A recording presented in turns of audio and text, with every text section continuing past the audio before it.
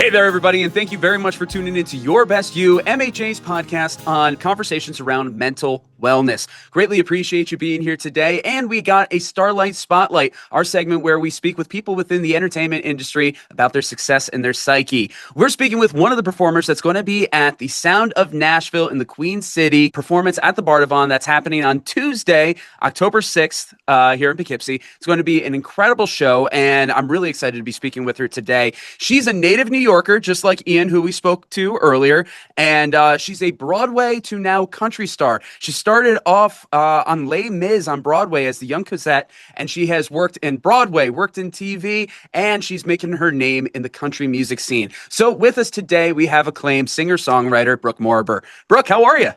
I'm good. I'm so happy to be here today. Thank you for having me. Absolutely. Thank you for being a part of this. Thank you for being a part of the concert that'll be in October. It sounds like it's so far away, but it will be here in We'll no be here time. like tomorrow. Yeah, Oh, yeah, without a doubt, without a doubt. Are you in New York today or are you in Nashville today? I am in New York. Okay, cool. All right. I think you're my first New York interview. Everybody else has been Oh, somewhere wow. else. Well, I'll be in Nashville in like 2 days. Gotcha. So you're almost there. Very Almost neat. there. All Where are you right. located? You're Poughkeepsie, New based York. So, yeah, Poughkeepsie, yeah. yep, hour and a half, 2 hours, depending on what route you're Born and taking. raised around there or not? Yeah, born and raised Yep. Poughkeepsie. Very Yep. cool. Very cool. Yeah. And you're born and raised in New York City, right? Yes, I am. Very good. Greenwich Village, if I got my Got it. research right. Yeah. Terrific. Neat. Mhm. Well, what an incredible place to be raised, especially raised in music, like the history of that area of New York City. Incredible. It's amazing. I actually grew up right across the street from Washington Square Park, and I can Oh, window all of the folk musicians and street players. Just, I wonder if that kind of got in my blood a little bit. I wouldn't be surprised. I wouldn't be Yeah. surprised. It was just naturally all around you. So the fact that you are a native New Yorker, you've performed in so many venues in and around the area. Have you ever had a chance to ever perform at or visit the Bardavon before?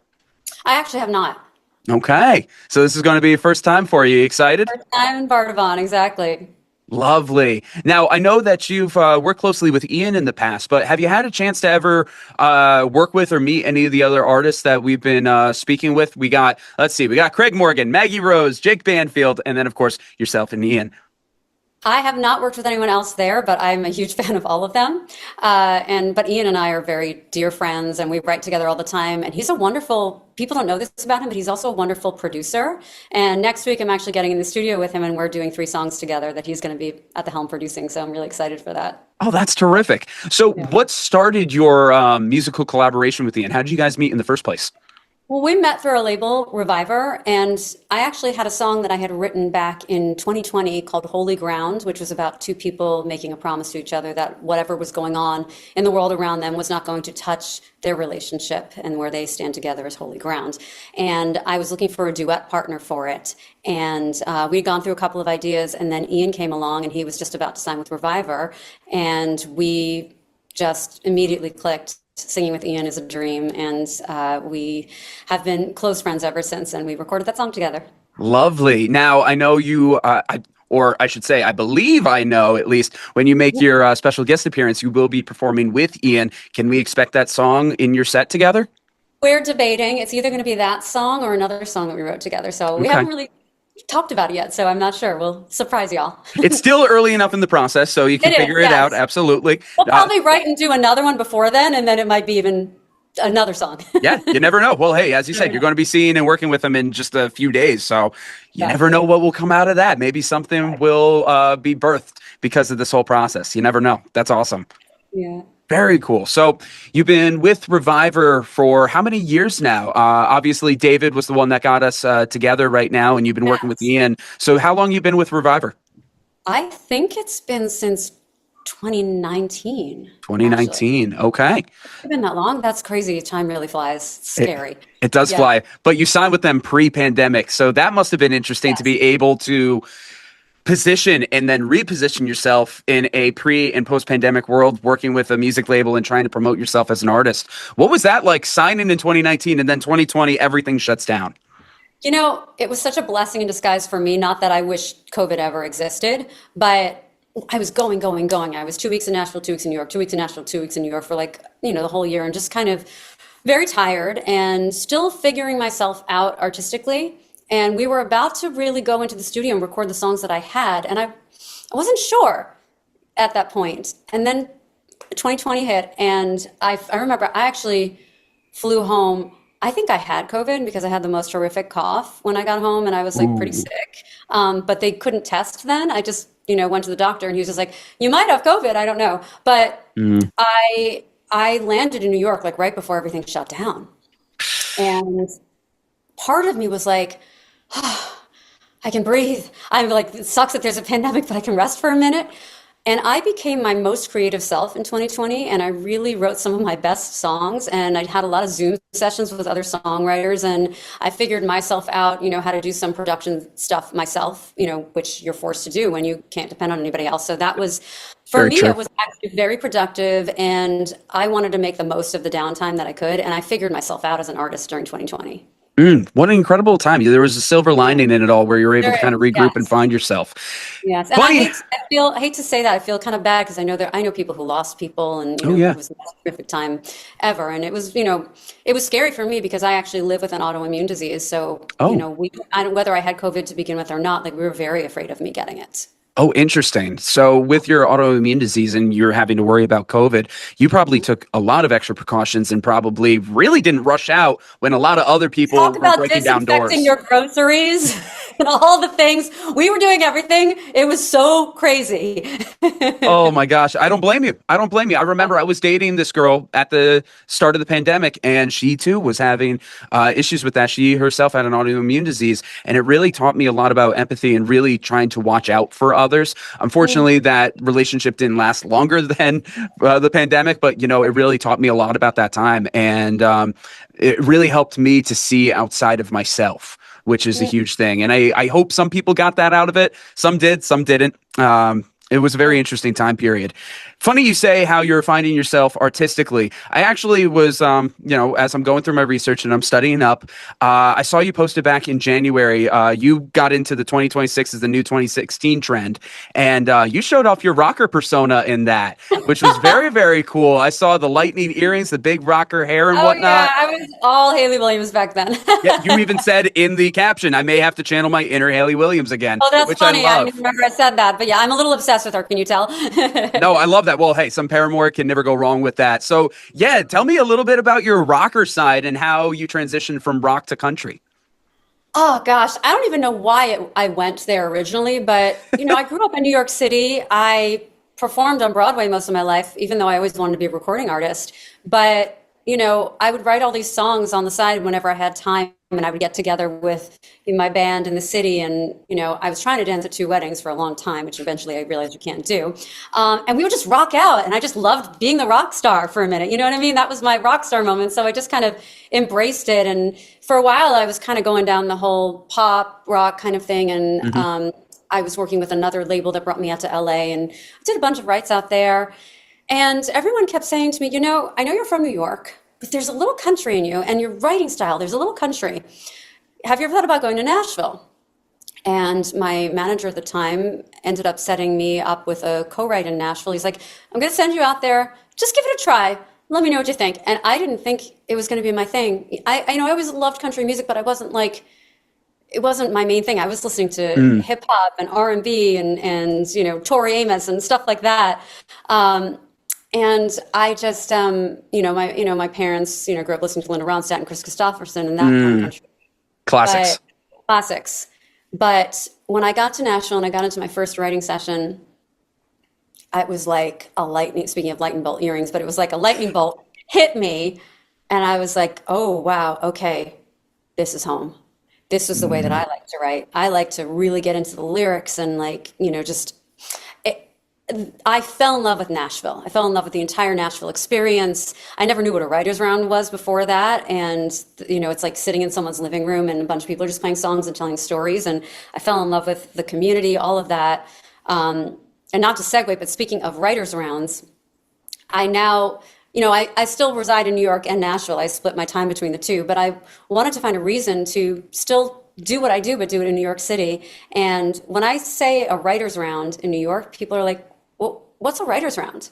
And that's how I used to be. So I developed selfishly because I wanted to have a reason to still stay here a little bit because I get the best of both worlds. I get Nashville and New York. So I developed this concept for a series that we now do every 2 months at the bitter end. It's become really successful. It's called Nashville, New York. And I host, produce, and perform in a Nashville style writers round where we fly in some of the best writers and performers from Nashville.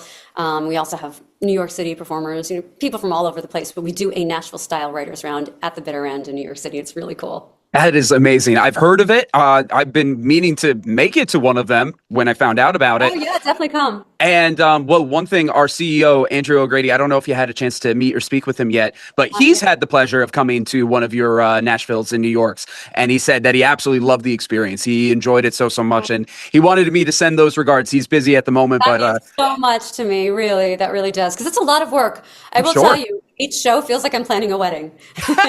It's a big investment.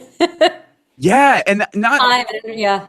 not just that, but obviously at the location that you're having it in the bitter end, what a historic venue, hosting some of the biggest up and coming artists, like, well, more than just up and coming, but like when big artists, but when they were still up and coming, like Bob Dylan's in the world. And then all these rockers that have come through ever since then, like incredible place. I've had some friends who have played there. Wonderful spot. It's on my bucket list, hopefully one day. But what's that like? What's it like to be in a room that's so immersed in music history? It feels so weirdly comforting to be there. I feel like the bitter end is the first place I went up to in an open mic when I was just teaching myself to play the guitar, and I never played in front of anyone before. And I was like, I got to get this out of my system before I go to Nashville with this thing. Because I started out as mostly a singer who played piano and wrote on the piano. And the cool thing about the bitter end is they do have a real piano, which Lady Gaga has played, like all the greats. And I get to every now and then, if I want to play a song on the piano, I'll play a song on the piano too, which is great. But you feel the history when you're in there, and I feel so blessed that I get to do this in my hometown in such just a historic building and place. And I also am on this mission to keep this music scene up in New York because a lot of the clubs have closed. And what the bitter end has done is amazing. They have survived through so much. But, we lost Rockwood Music Hall, I think like a year and a half ago, which was, I mean, that was my second home for a long time. So a lot of the clubs have closed. And, there's so much talent in New York City that, a lot of people have moved to Nashville because the rents were cheaper there. But there is such a wonderful music community in New York City, and the bitter end is helping to keep that going. And not just the bitter end helping to keep it going, but you're helping to keep it going. And it's a wonderful series that you're doing. I'm trying to do my little part in it, because I love my city so much and I love my people here so much. So that's terrific. What we were saying before we officially started this interview, the fact that you, where you grew up, you were right by, what was it, Washington Square Park? Yeah. And the fact that you were hearing the folk music, you were hearing all the cultural music, it was all just bleeding in from the windows, and that you grew up with it. Not just that, the fact that you're being immersed by the music of Broadway as well and getting all of that, it only makes sense. Is like, here you are, is like New York gave you your music, so now you're giving your music to New York. That's pretty beautiful. Oh, I love that, how you said that. Yeah. I was teared up. It's really beautiful how you just said that. I appreciate it, but you're the one who's living it. And that is the thing that's extremely beautiful. And I love that so much. Let's kind of backtrack a little bit. Let's rewind. And here you are, you're 8 years old when you get your first Broadway role. Most people will chase their lives to get a Broadway role, and you were able to achieve it at 8, and then you were able to keep going and, make a career out of it, being on several Broadway productions. So how much do you remember from that time period of being 8 and getting cast in Les Mis? It's weirdly actually very clear to me. A lot of things in my life are not, but that was very clear to me. And I do remember that my mom used to be an actress. My dad was a musician too. And they didn't want me to get involved with the industry. My mom had she's an amazing actress, and she just didn't want to see me go through what she went through. And but I, this goes back to my always wanting to have been a recording artist, but I always had an obsession with the fact that you could have people's voices captured on, I think it was CDs at that point. Now it's not any of that anymore, but that they can live forever on, almost, the way that in the movies, the acting lives forever, but something about voices being captured in recordings to me. And I was like, I want my voice to be on one of those. Like I always wanted to be on one of those. It was a strange obsession I had as a kid. And I used to, sing and dance around and pretend, but then one night my parents had gone to see Les Miserables and they came home with the soundtrack and they popped it in. And I was like, who's the little girl on there? I could do that. I want to do that. And my parents were like, oh, no, none of that. And we had a bunch of friends and family over for Christmas that year. And I ended up getting up and singing in front of everyone. Which is so strange because I was not a shy child. I'm actually a very shy adult, but I was just ready to get up and sing in front of everyone, not being on a stage and just do it. And my mom's best friend said, my cousin is actually a theatrical agent for children and she's good. We should maybe. So I begged and begged and begged and begged and begged. And they were like, okay, we're going to put you on the phone with the manager. You can sing over the phone for the manager. And I remember singing Somewhere Out There from American Tail for the manager. Oh, wow. Like, you'd be really good for Les Miserables. I'm going to get you an audition for Little Cosette.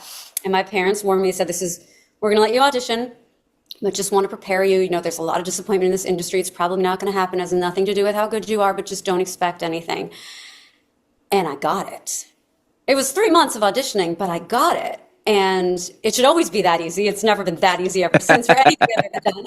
But I mean, to have my first taste of this industry be on this magnificent stage with this magnificent orchestra doing this like role of a dream for a little girl, how could you not get bit by the bug? It was just an addiction ever since then. And I loved doing musical theater so much. I did 7 Broadway shows. I loved it with all of my heart. But like I was saying before, I was dancing at 2 weddings at a certain point. I was writing and, trying to perform with my band. And there's just no time to do both of them. And when I was a teenager, I actually ended up losing my eyesight for 4 years. That's when I started really writing music. It became my best friend in a time that was the loneliest, scariest time of my life because I was going through something that other people couldn't understand. And it was really scary. And I just fell in love with songwriting so much. So 4 years later, I got my sight back, which was kind of miraculous. And I mean, I was performing in shows without being able to see. It was nuts. Yeah. But it's amazing how you develop your other senses. I wasn't in pitch black. Everything was just blobs of color. I couldn't make out words or faces or anything. Everything was blobs. I could see things were moving, but just, and they had, the eye disease that I had used to be the leading cause of blindness until they invented steroids and chemotherapy. So I was also, in order to prevent me from going completely black, I was on mega doses of steroids for 4 years and chemotherapy and losing my hair. And I won't even discuss the side effects from taking steroids for 4 years, but I'm still suffering from that. But 4 years later, the disease went into remission, which is very rare. It does happen. But I truly believe that music is what healed me. At least it's the thing that got me through. And at a certain point in my life, I walked into my agent's office and I had realized I had been dancing at 2 weddings for too long and I really wanted to pursue the recording career. And I said, stop sending me on auditions. I'm going to go to Nashville and see how this goes. And that was the scariest thing I've ever done. It was like jumping off a cliff. It's like, bye-bye Cobra health insurance for life. Bye-bye 401k. Bye-bye making a living. You know exactly how much money you're getting every week. And when you're not, all of that. And I still have my family who's, the Broadway community, and they're very supportive of what I've been doing. But, it's scary walking away from that and thinking maybe I could never come back. And what if this other endeavor that I have is like too big of a dream and I'm, just dreaming too big, trying to make it happen. So it's been a very scary journey for me, I have to say, but it feels right. Yeah, I'm sure it's been scary. Making any kind of leap like that is really difficult. For having, you said you did 7 Broadway shows throughout your life there. When was the last show that you did there? And has it been just the singer-songwriter recording artist ever since that point? Or was there ever a mix where you truly were dancing at 2 weddings? I wasn't successful on the recording side dancing at the 2 weddings. That was, I hadn't really figured myself out yet. I was having a blast and friends and all people were coming to see my shows, but it wasn't the level that I'm at doing it now. But so in a way it was even scarier because I didn't know where it was going to go. And I'm still terrified right now because, I'm not where I want to be yet. You're just constantly climbing, and it's not an easy business. And it's a totally different animal for me because, I'm used to being the person for hire that plays a role, is directed and told what to do, signs a contract. But I'm the owner of my business. I'm the one and it's a very different animal. And now with social media and having to do all of that on top of it, it's a lot of work that isn't as much of the creative work that I want to be doing, but it's part of the job, which I have accepted. And yeah, so I forgot what your original question was, but yeah, I do my last show. I actually can't fully remember, but I remember the transition was an iffy transition for me. Understandable. To go from something like that to have a lot of the weight of your own career on your shoulders, not to say that you didn't before, but as you said, you were hired to do a role, you were contracted, but now, yes, you are the head of your own business. You have to promote yourself as a business and going about that. What are some things about yourself that you've learned through this period as you've transitioned from a hired actor, hired musician, hired performer to now, promoting yourself as a musician, as essentially promoting yourself as a product in a way? I've actually learned a lot about myself doing this because authenticity is key in order for people to connect to your music. And I was always authentic doing what I was doing on Broadway, but I was bringing my authentic self into a role. So I was relating to this different person I'm playing through my own experiences in life and my own feelings. But this is so naked right now. It actually took me a very long time, and I'm still working on it, to realize that I just have to be myself. I'm not playing a part. And in that, I've had so much self-discovery. It's almost been like this crazy therapeutic thing for me. So I keep learning more about myself. Yeah. Now, obviously the concert that we're connecting for is for Mental Health America, and I'm in the MHA studios right now. So how mental health and identity go hand in hand, I'm sure this experience has given you a completely new concept of what your identity has meant. Am I right? Yes. And, it's like I said, it was a really scary transition for me. I was always very comfortable hiding behind a role and not letting people see all the true colors. I'm still struggling with that. It's a very difficult thing to expose yourself that way. So you said a moment ago how you were a very outgoing kid, but you've found that you're a little more shy as an adult. Do you feel it's because that you were able to hide behind roles as you were growing up and developing, that now as you're expressing and identifying yourself, it's like, wait, who am I? And that's where some of that shyness might come in? It might be. I also think it's a perfectionist stress thing for me, where when you're a kid, for me, if I'm on a big giant stage and it's like Madison Square Garden, I have no nerves. Yeah. I don't know anyone in the audience. I'm just doing my thing and I'm having a blast. If I'm in a tiny room with friends and they're like, "Oh, could you get up and sing for us?" No. Whereas when I was a kid, I didn't have the same. It wasn't like, "Oh my God, what if they actually think I suck?" Or that inhibition wasn't there. The inhibition was not there. And I'm not sure exactly when it shifted, but I think the more professional that I got, the more the stakes got higher. And I stopped singing when we would have like a party for Christmas for people because I'm a professional now. What if they think I'm not that good? But when I'm on stage with strangers, it feels almost like I could be more myself if there's like a big audience out there. It's a very interesting psychology for me, and I think other performers have it too, but some don't, but some do. Yeah. When you get in your head and you do feel stressed out and overwhelmed like that, what are some coping mechanisms that you feel like you've been able to take on to really ground yourself, find yourself again? I meditate at least once a day. I do. Very good. Especially before bed, because if I don't do my 20 minutes before I go to sleep, I'm the type of person that my brain will not stop. And I hate forcing myself to sit down and do that for 20 minutes before I go to bed, but it is the most incredible medicine. I would take that over a Valium or an Ativan any day. Give me meditation. Yeah, absolutely. You're able to center yourself and find yourself in it. And you realize that you haven't been breathing all day long. Yes. People don't know how to breathe anymore. We Yeah. don't breathe. It's amazing that we do I stand only breathe upright. when I sing. Yes. And you know what? When I went to music college, when I was at the College of St. Rose studying vocal techniques in singing, learning all these different vocal exercises, better ways of breathing, it's like, holy cow, I'm not really breathing. It's like Yeah. I've noticed moments too where I'm like, it's been a while since I actually took a breath. Yeah. Yeah, like It's moments amazing like that we that. all don't pass out all the time. Yeah, it's so odd. It's so odd, but breathing is such a meditative and therapeutic way of just centering ourselves, and it's at our fingertips, and we just don't do it. Do it. I know. And then, and it's something that we take for granted because, in our last breath, we can't take it back. So it's one of those things where it's like, yeah, learn to appreciate it and hone it while you can now, which is, oh my God, so huge.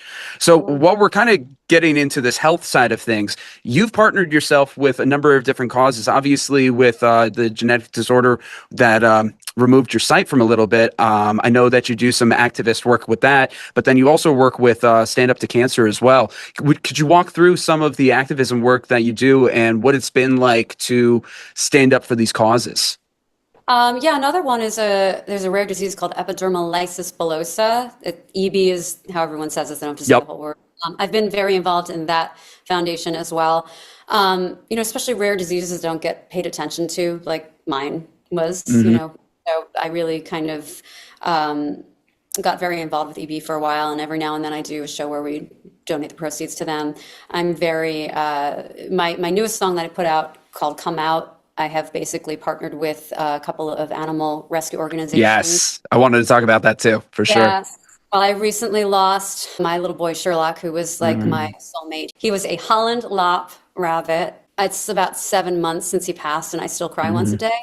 I miss him so terribly. He was, certain animals, certain people, you just get each other. And I had read all these books on rabbit behavior when I got him, when we adopted him, and I knew how rabbits spoke to each other with body language, and we communicated like beyond talking. There Mhm. was such a bond, and 11 years with him wasn't enough. And so when I originally recorded this song, it was before he passed, and then after he passed, when I released it, it reminded me of the feeling that of longing for his love again. And see, I'm going to tear up again. Mm. And so I wanted to donate it in his honor to animal rescue. No, that's beautiful. And 11 years, that is an incredible amount of time to have with a pet. And I think you're just a beautiful example of how people can connect with animals and how loving it can be. And it can truly make somebody feel less alone when people, I love people, but at the same time, people can suck. Yeah, So, yeah, yeah. so to be able to have, right, to be able to have an animal in your life that connects with you and loves you to that regard, that is such an amazing connection. And not just that, I don't know if you said this, I know I was looking it up. Sherlock was a rescue too. You hear Yes. rescues for like dogs and cats a lot. I feel like I don't hear that very often when it comes to rabbits or other pets. So, how did Sherlock come into your life then as a rescue? How'd that happen? So the crazy thing about rabbits that people don't know is that they are just as smart as cats and dogs. Hmm. Sherlock, it took about a week to litter box train him. They're not meant to live in cages. He was free roam anywhere he wanted to go in the apartment. They're so well behaved. They're such social animals, and they're so loving. I grew up with dogs. I love dogs. I love cats. I love all animals. I'm like a crazy animal person. But my husband and I were talking about possibly getting a pet. Hmm. And, we were both dog people, but I found out from allergy testing that I have a very slight dog allergy, and I always get rashes when the dogs lick me. So I was like, probably as a singer, not the best idea to live with a dog because I don't need an itchy throat or congestion all the time, even though I would love it. But I had a rabbit when I was younger and I was living with my mom. We had a rabbit for about 9.5 years we got as I was a kid and just brought him home in a little box, put him in a cage, and thought it was just going to be like that kind of animal. And then we realized, wow, this rabbit is so smart. Like, let's throw the cage out. We don't need it. It goes where in one spot. Like, we don't need to. So I became obsessed with rabbits, especially Holland Lop rabbits with the floppy ears. They're so cute. It's like a living, breathing plush toy. You can't, your head explodes. So I had sent my husband a couple of videos of rabbits and their owners and showing him like they are just like dogs, like because he had never experienced that before. And he's like, Hmm. I don't know about a rabbit, I don't know. And then I came home one day and he says to me, so I did something. I don't know if you're going to be ecstatic or really mad at me. And this was like after 6 months of trying to convince him that rabbits are awesome. Yeah. And he showed me the picture of Sherlock and he said, this rabbit needs to be rescued. So I made an appointment for us to go get him. And I saw the picture and I was like, oh my God, let's go right now. And I was like, but if I don't like not fully falling in love the minute I see him, we may need to think about it. We'll see. Because I didn't even know if I was ready for a pet, Hmm. so much going on in my life. And I remember the woman carrying him out, and I didn't even see his face yet, but I felt like I was shot in the heart by Cupid's bow. It was like crazy. The love I had for this animal, the minute I barely saw him, it was just his energy. I just felt his energy. And even when he passed, call me crazy, but the energy and the way he communicated with me that everything was okay, and the signs that it made me truly believe that, consciousness is forever. And Hmm. he taught so much in life, and he's teaching me. Mm. There we go. I know. I'm sorry. I didn't mean to make you cry or anything on No, this I episode, want to but talk about him forever and have his memory live forever because even one of my record producers in Nashville, he's what he said is he defined exactly what it was. He said Sherlock was a force. That animal was he was a force. that is a great way of being able to articulate that. No, beautiful. You He know, said it. And I was like, that's it. That's the word. He was a force. He mm, taught me so much about life. Speaking of mental health, he taught me to live in the moment, which I've never been able to do, and just get out of myself. I've never had that experience before. And I don't know any human being that could have taught me that as much as someone I had to communicate with on a different level than actually speaking, verbal language. yeah. Yeah. No, it transcends. It transcends anything above any kind of like English or vocal language that we speak. It just goes to show a lot. It's interesting how we're talking right now about loss of a loved one. When I was younger, up until the pandemic, I did not really think much about mental health. I did not care for it all that much. People would tell me they were seeing a therapist. I'd scoff at it. And I just didn't have the education of it all. Then the pandemic happened and so much came all at once. I was the caregiver for my grandparents. And then when my grandparents passed after a couple of years, I remember through hospice, they were like, hey, you can get free grief counseling for this. And the first time in my life, I'm like, sign me up. Yes. Yeah. And that was like the first window Mhm. into any kind of mental health treatment or education in my life, or like direct at least. And it taught me a lot about myself, and it taught me a lot about where I am today, which is kind of crazy that 6 years ago, that Connor and this Connor, totally different planes of existence when it comes to grief, mental health, all that kind of education. So let's talk about the grief and the loss side of all of it. We have grief counselors here. We have people help get through those kinds of times. Let's talk about the way that both music and a love for an animal can help people get through those certain times. Have you found that, not retreating into your music, but really falling into your music and dedicating Come Out, has that meant something to you as the energy and that force continues to live on? It does. It has. And I've always felt like music gives me a reason for every good and bad thing that happens in life. And, dedicating it to animal rescue, to me, I feel like I want to keep Sherlock's memory alive as long as I possibly can. And this is helping me extend that. Mm, for It's sure. helping me heal. Mm, Yeah. that's a beautiful thing. Yeah, I what's think up? can we take a break for a second? I Yeah. actually drink so much water. I just have to run to the bathroom. Oh, no, you're Like, I'm fine. so sorry. It's so unprofessional, but I literally just was like, I'm not going to make it, and I want to talk to you so much more because your time. But I'll be right back. I'm You so were sorry. good. So You thank were you. fine, Brooke. You were fine. Oh my goodness, thank you so much. Not a problem. That Not a was problem. very necessary. Understandable. You know what? Like this is probably not making it into the final air, but I'm going to share something with you that's really embarrassing and hopefully make you feel better. So when I used to work in radio, obviously you're working in the studio. You only have X amount of time with whoever you're interviewing in a given moment. And now with radio, you only get maybe like 5-10 minutes at most. So you got to make the most of that time. For the sake of the story, I'll leave what celebrity out that I was speaking with, but they were a famous TV actor. and my stomach wasn't feeling well at all.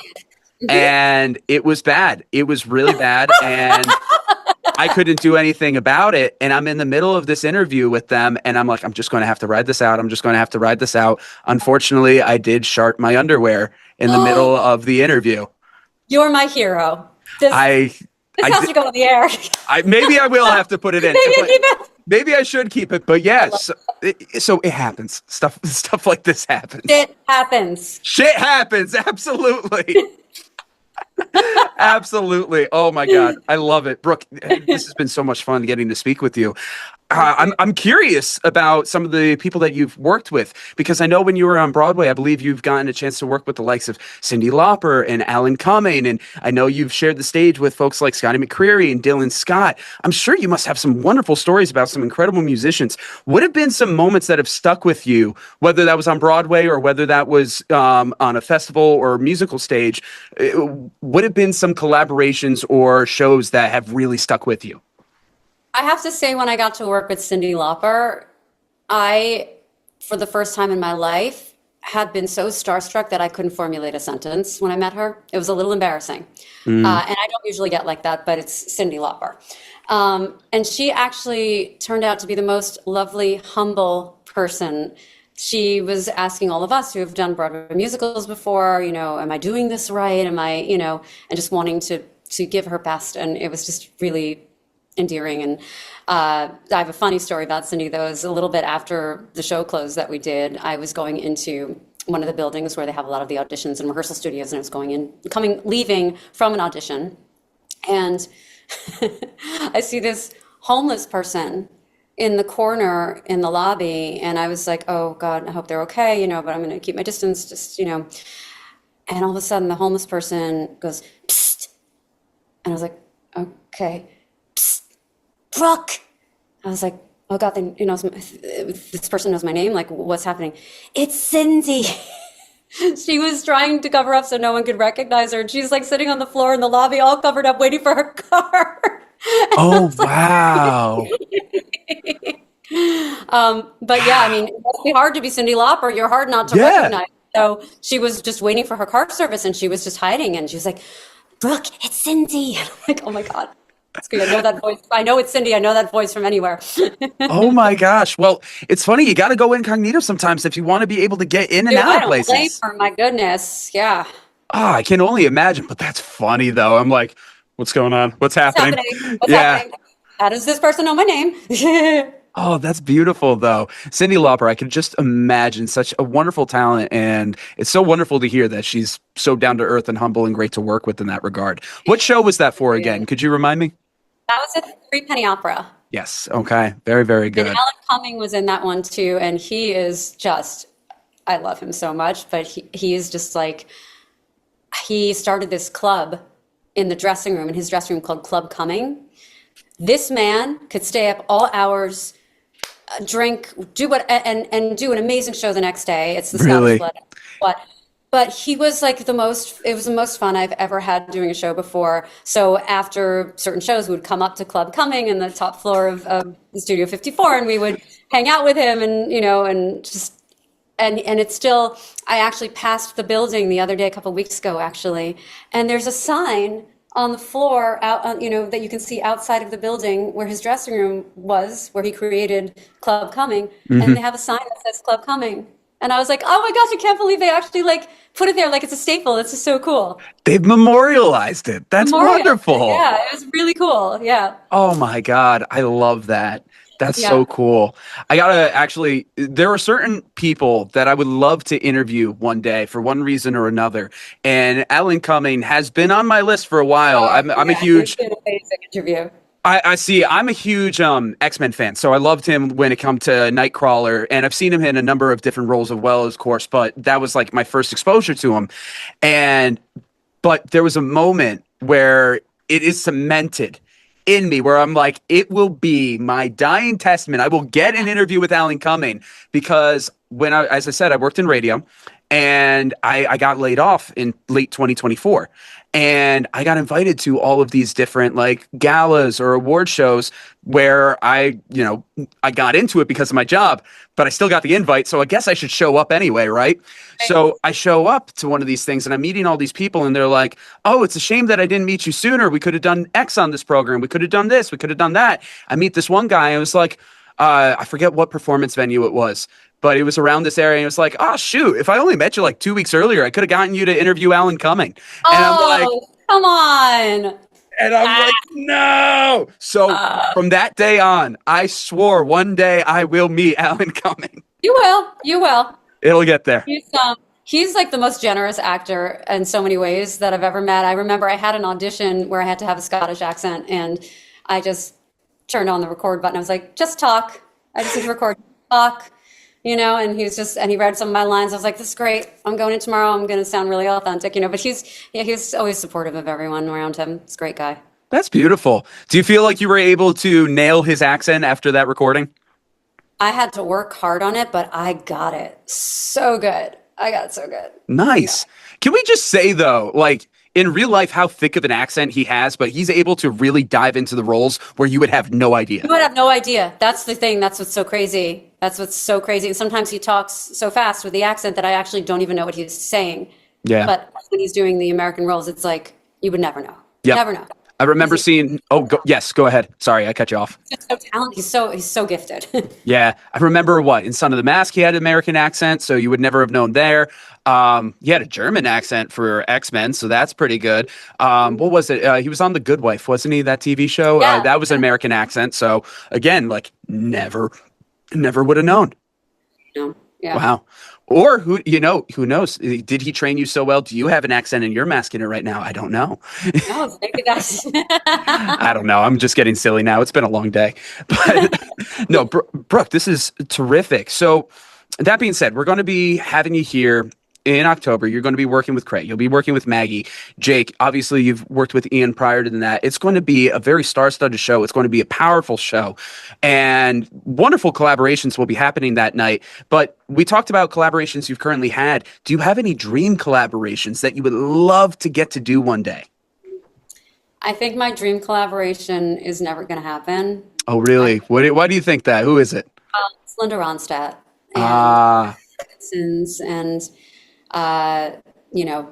doesn't want to sing anymore. But that was always my dream. And my heart that woman with that voice can't do what she, she has such an amazing attitude about it though, because I know people who are close to her, and one of my producers is close to her. But yeah, no, she would have been. I do have some collabs coming up. I have one that I'm really excited about. Are you able to share? Yes, I'm able to share. This song is not coming out until October, but we have recorded it. We just filmed the music video for it. We're in the editing process. And there is a wonderful group from Nashville. I mean, they're all from Canada, but they live and make music in Nashville. They're called The Heels. Okay. And I swear to God, they are the next Dixie Chicks. Their harmonies are incredible. And we wrote a song together called Golden Girls, which I kind of dedicate to my grandmother because she was obsessed with the Golden Girls and got me obsessed with the Golden Girls. And that show, it's funny. It's on reruns all the time nowadays, but it has always made me not be afraid to get older. I've kind of said to my girlfriends, when we get old, this is going to be so much fun. Let's get in a condo in Florida together and like do all this stuff. And in this day and age where there is such an ageist, there's so much ageism and there's so much pressure, especially on women. Yes. Especially women in my business too, let alone just women in general. There was such an obsession with youth that I don't think there could be a better time to put this song out with the message that it has. The song is really catchy and really powerful and really fun. It's a combination of all three of those things. And me and the Heels singing together on it, the harmonies are so good.